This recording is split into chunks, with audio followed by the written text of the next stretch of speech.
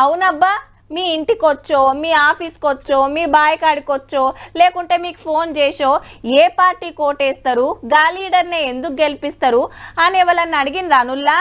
ఇన్నేళ్ళకెళ్ళి సర్వేలని వింటున్నాం కానీ ఒక్కరు సుతా నన్నైతే అడగలే. అదేందో కానీ ఎలక్షన్లు వస్తున్నాయంటే చాలు రోజుకో సర్వే పబ్లిక్లకు వస్తుంది.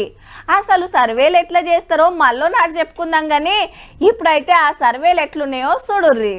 NDTV, India TV, ABP news, news X, poll strategy, Lok poll, race poll ఏ సర్వే తీసుకున్నా first rank Congress, second BJP, third BRS. అన్ని కూడా కాంగ్రెస్ కు 10 సీట్లకి ఇటాటే ఇస్తే 4 నుంచి 8 దాకా కమలానికి ఇచ్చినాయి. ఇక కార్కేమో 1, 2, 1, 3. ఏ సర్వేలో చూసినా ఎంఐఎం పార్టీకి పక్కా ఒక సీట్ వచ్చింది. అంటే హైదరాబాద్ అసద్ బాయ్ కిడిచిపెట్టి తతిమ 16 సీట్లకు ఫైటింగ్ చేయాల్సిందే 3 పార్టీలు. మరి ఎవరిని అడిగినరో, ఎందరితోటి మాట్లాడినరో, ఏం క్వశ్చన్లు అడిగినరో తెలియదు కానీ అధికార పార్టీకే ఎక్కువ సీట్లు వస్తాయని అన్ని సర్వేలు చెప్తున్నమాట.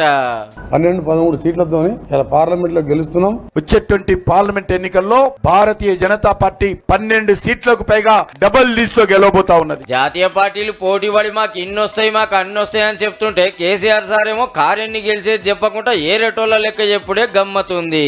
సర్వే రిపోర్ట్లు వస్తున్నాయి కాంగ్రెస్ కు 2 సీట్ల కన్నా ఎక్కువ రావు అని. ఒక్క సీటు తెచ్చుకో కేసీఆర్ ని ఛాలెంజ్ చేస్తున్నాను.